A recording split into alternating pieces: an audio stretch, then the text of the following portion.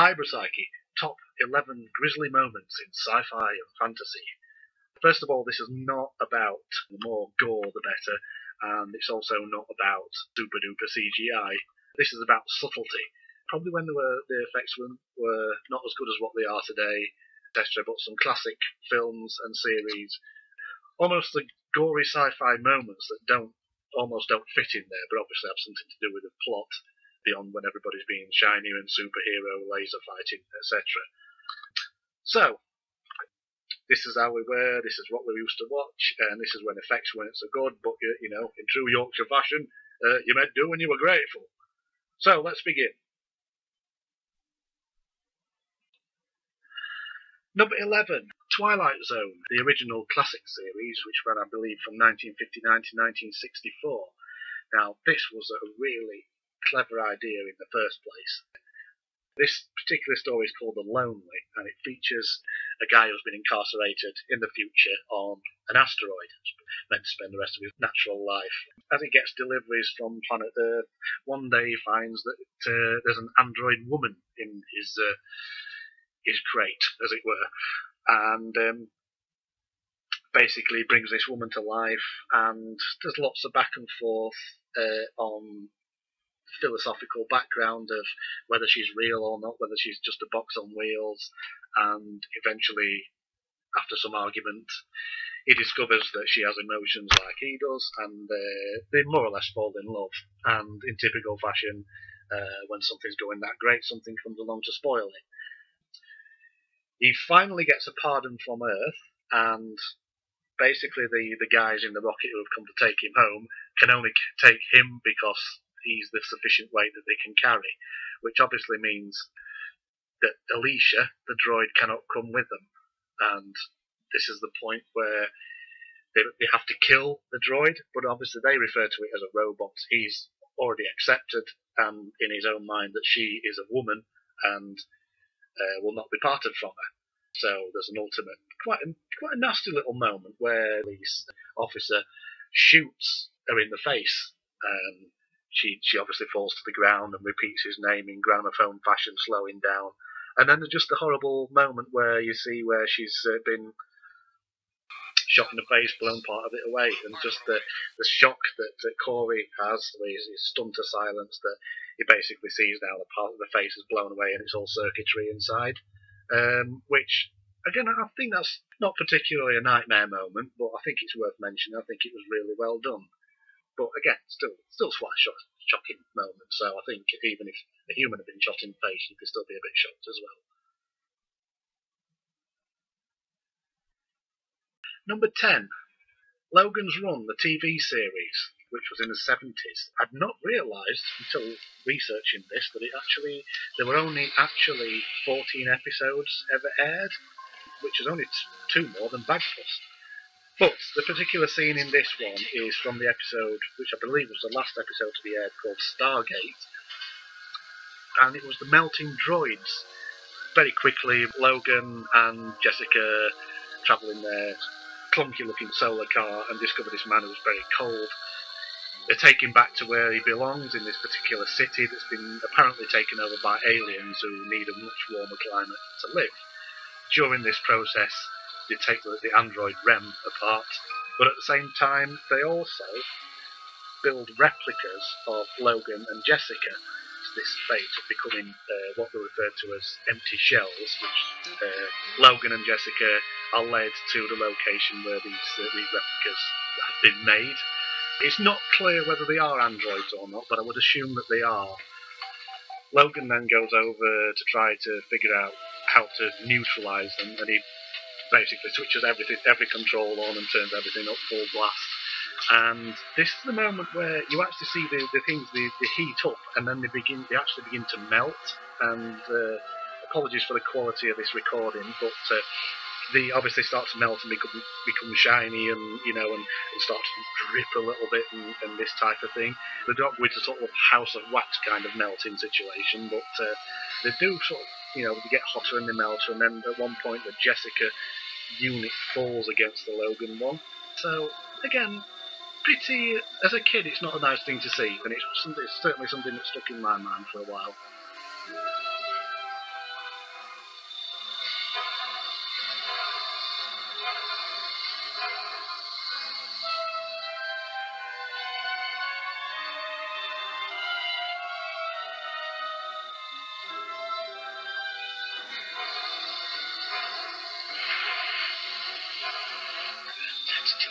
to worry about.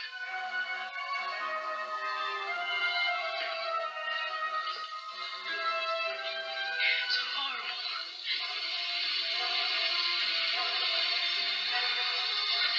We best get out of here fast. Number 9, the proper Star Wars, A New Hope. You can probably guess which scene I'm going to use. Anybody who's seen anything of Star Wars will know. The burnt aunt and uncle. Luke comes back to find that his home's been burnt, and look at that droid that's been burnt out there. And yeah, and skeletons of his auntie and uncle. Pretty nasty stuff. Again, to be in something that's a PG, but it obviously is a big part of the film and the plot line itself, because it shows how evil the Empire is, etc. They're not just all shiny people with lasers, you know, they are evil in that sense that they'll stop at nothing to get what they want. Certainly, yeah, a very striking moment.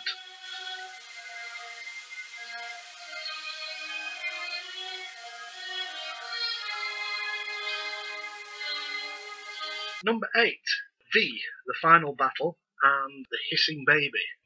I know there were in the sort of the mini-series and the final battle, there were one or two sort of gruesome bits already in there, such as Diana swallowing a rodent whole.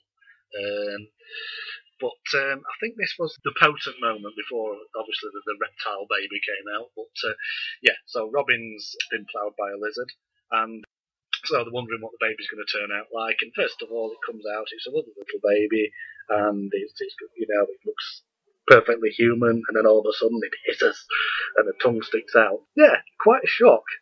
Again, we were talking sort of like the mid-80s. There's not really been anything, apart from I suppose Alien, which I've deliberately avoided, where there's not really been anything sort of that kind of subtle around that sort of time. So yeah, V was quite revolutionary. So definitely worth a mention. And it's not to worry anyway, even though the baby grows up into a little girl really quickly and doesn't say anything, she does learn the word peace in her own language. So, she turns out not too bad. Number 7, Le Maître de Temps. This was, as you might guess, a French cartoon, sci-fi cartoon, but it was translated at some point into English as Time Masters with the BBC voices, etc. On this particular scene, it's about a little boy called Pierre who's been stranded on an alien planet by himself and has to survive by himself. And whilst this is happening, he comes across various strange creatures. One of them being this sort of plump, vegetarian, four-legged, two-armed creature that makes a wah-wah sound, so it's called wah-wah. So it's basically a friendly creature. He rides on its back. And then there's this one moment where they're continuing on their journey, and the wah-wah stops outside a cave, using its own instinct not to go in there. And from the cave, as you'll see, this tendril comes down to test the air, and then lots more tendrils come down and swing down and hang in readiness. PL obviously doesn't see this, tries to encourage Wawa to go in, and then one of them pulls him up and obviously ready to be devoured. So quite a nasty thing, especially for the little boy. And then further to that, a little later on, the little boy's now sat by the lake, who's crying for himself, and then all of a sudden there's this menacing sound behind him, and he turns round and he sees the biggest hornet you've ever seen in your life, which is a big black hornet, and then suddenly there's loads of them. And again, they're not very nice looking, and there's just hundreds of them as the camera just goes further and further back. So quite a nasty little moment there, and especially when traditionally you wouldn't have expected that in a cartoon, but I will come on to another cartoon a bit later on that's like that.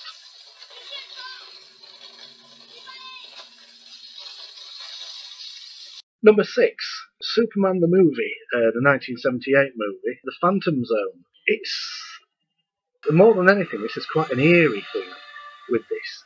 And especially as Joe Public didn't have things like flanges and digital delays and choruses to have and hear what could happen to people's voices when they were put through them. So you've got this moment where you've got the Phantom Zone, and it's a sort of square, it's like a square or a diamond body that's in a three-dimensional universe coming forward but rotating in 2 dimensions, and it comes along to pick these criminals up and imprison them within it. So then you've got the people rotating in 2 dimensions, floating away. And again, the voices again, when you didn't have things like flanges and digital delays and choruses that you didn't have access to, that was quite Quite a potent moment, I thought.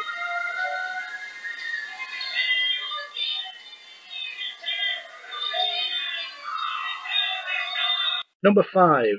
Star Trek in the proper universe. The motion picture. The transporter accident. Obviously, in the original series, there were issues. They touched on the idea of transporter accidents, where it may split the person into a good person and a nasty person, or it might send someone over to a parallel universe, etc. But it's never been explored where a transporter accident could kill somebody before, and kill somebody in quite a nasty way. So, in this particular film and this particular scene, you obviously got the two cannon fodder characters who are about to get beamed aboard, and there's all this panic where they can't stop what's happening. It's going to happen anyway, and then the classic line leading up to it: "Oh no, they're forming." And then obviously you see that they're not standing erect, they're not being assembled properly, and they're obviously still alive, and you just get a horrible, distorted, mangled scream, and then you get it again for good measure before they fade altogether. And Starfleet Command basically says, what we got back didn't live long, fortunately. And there's just the moment where you're still looking at the transporter with both the lights on and as if the system's crashed. And yeah, it's quite a heavy moment. Certainly, again, one of those gory things in a film that happened. It doesn't necessarily fit the rest of the film, but it's a possibility that was never explored before. So certainly made you think, I think. So you're better off going on bus, really. Number 4, Ulysses 31. This was another cartoon, and it was a cartoon in the 80s. And as I spoke of before, this is another one that sort of featured death. Cartoons have not really done much of that in the past. But the opening sequence is where Ulysses and his crew they've angered the Greek gods, and most of them are condemned to death until they find Hades.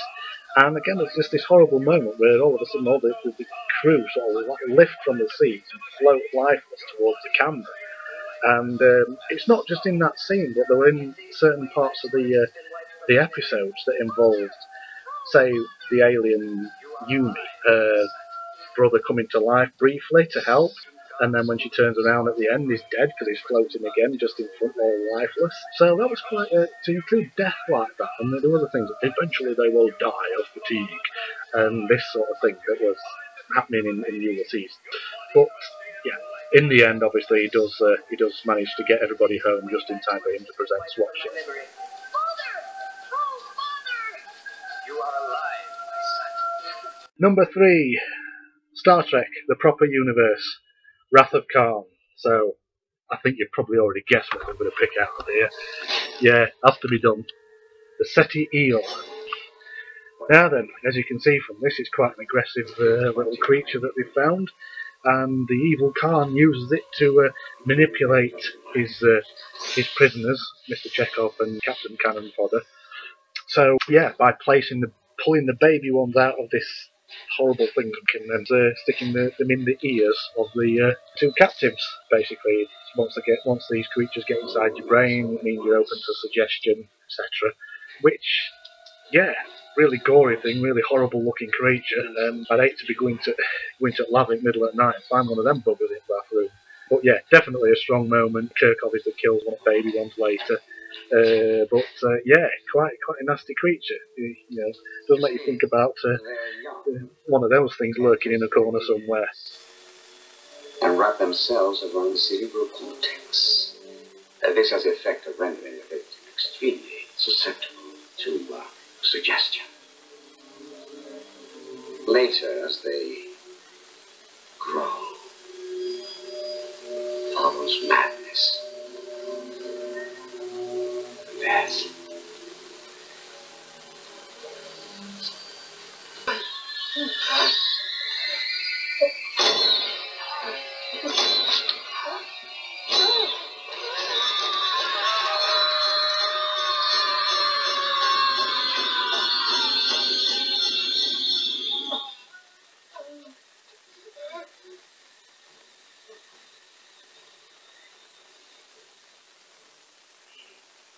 That's better. Number 2, Twilight Zone, the 80s movie.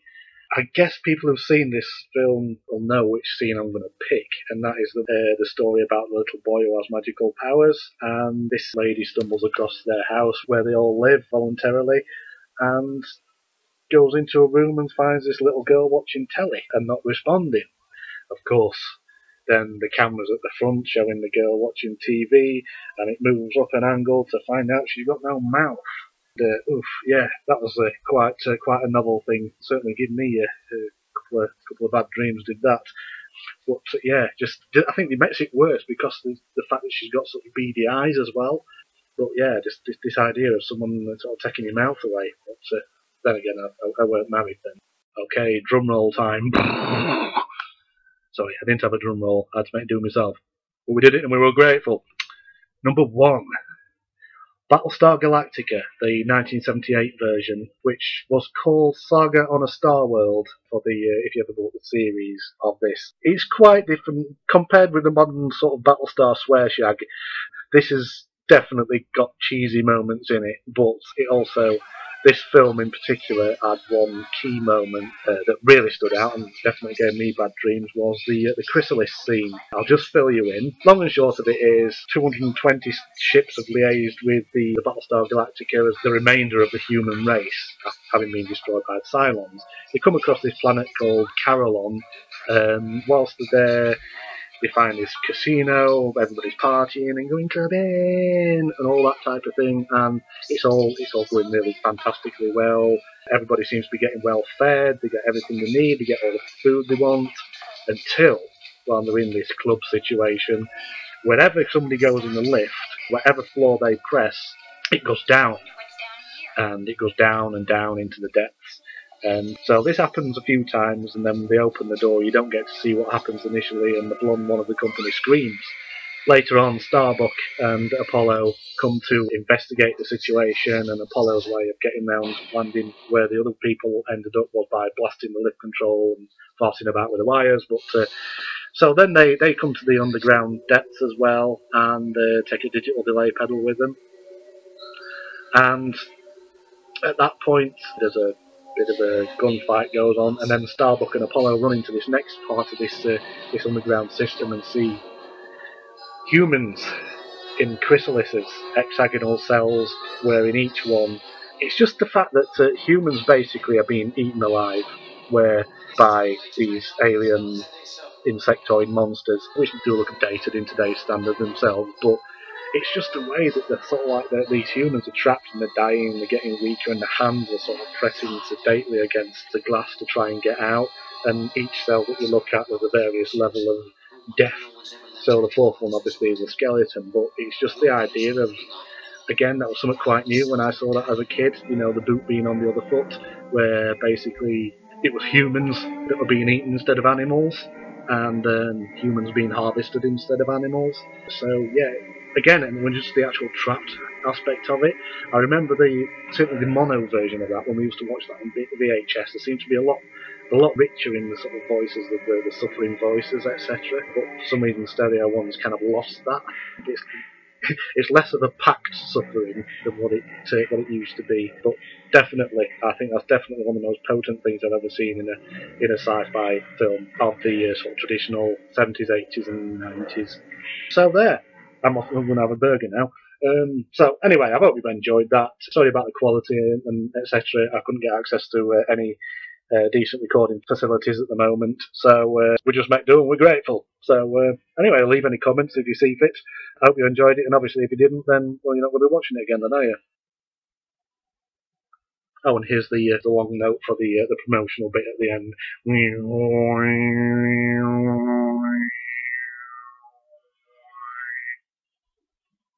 I couldn't get a synthesizer either.